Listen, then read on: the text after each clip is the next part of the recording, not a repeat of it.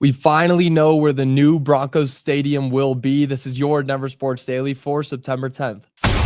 The biggest stories, the latest news. It's Denver Sports Daily.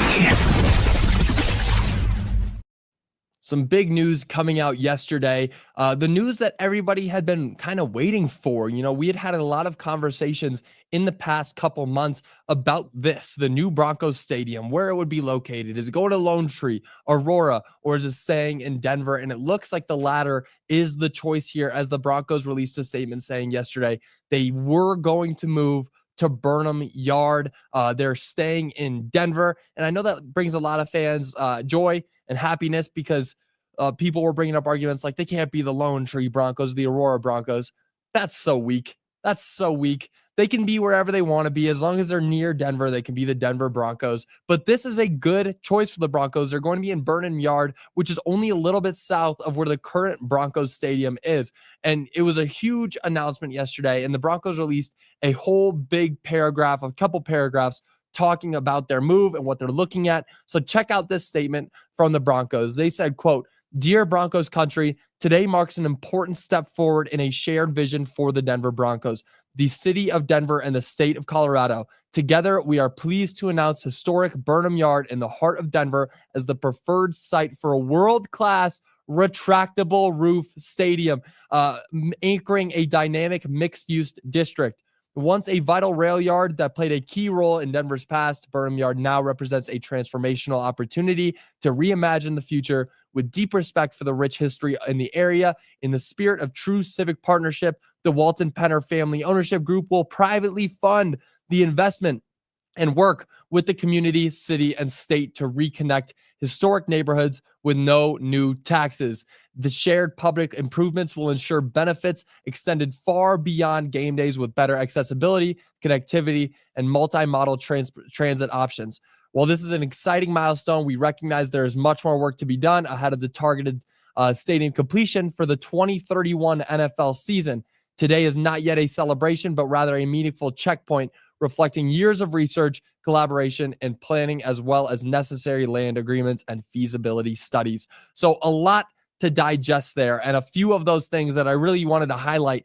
First of all, the taxes. No new taxes. It will be privately funded. We are not paying for this. The people, we are not paying for this. It will be privately funded by the Walton Penner Group, which is great.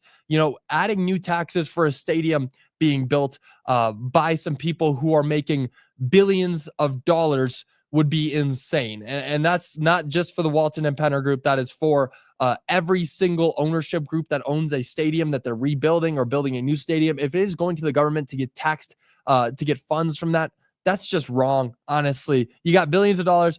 You build the stadium. We're not paying for it. So that's great. That's really great that they're inside the community like this, not making anybody pay for it.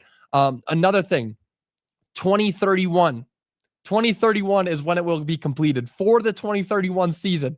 So after the 2031 season, I'll get into this a little bit more.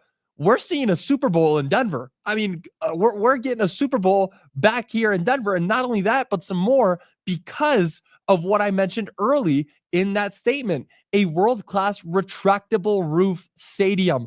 Oh my goodness, I am like a pig in mud right now. I could not be happier. A retractable roof is exactly what you need in a place like Denver. And I'm all for snow games. Keep that roof open when it's snowing outside. I'm all for the cold. I'm all for all of that. But the NFL, they're against that when it comes to things like the Super Bowl. They're going to want a place where it's enclosed. They want a rooftop over top of the stadium so that they're not making the Super Bowl they're not having the Super Bowl played when it's minus 10 degrees outside and it's freezing cold and it's snowing. The NFL won't ever do that. So they're going to look at this new retractable roof stadium and say, well, I know where the 2032 Super Bowl is going to be held. And not only the Super Bowl, but we're going to start to see crazy, crazy things. I mean, we're going to see NCAA championships, Final Four games. We're going to see a college football playoff games in Denver. We're going to see things like UFC in the big stadiums like out here in Denver, because that, for a while, Denver Stadium is going to be a hot topic. I mean, I can't wait to see the designs, because you look at the new stadiums that have been built around the NFL. Allegiant Stadium, beautiful. SoFi, beautiful. US Bank out in Minneapolis, beautiful. Mercedes-Benz in Georgia, beautiful. Those are great stadiums, and they're brand new. So with the Broncos having the newest stadium out here, what's theirs going to look like? What is a 2031 stadium going to really look like? I cannot wait to see the plans and really everything that it's going to bring to Denver and this community with all the new sports and new games and things that they're going to have played at this new stadium. It's going to be a hot area right in a spot in Denver that has been dormant for a long time. It's big news. Definitely the topic of the day yesterday, and I'm very excited to be talking about it today. But I do want to move on because Ryan Staub has been a hot topic too. And he was announced yesterday, or not announced, but he was expected by ESPN to take the starting snap in this week's game against Houston for CU.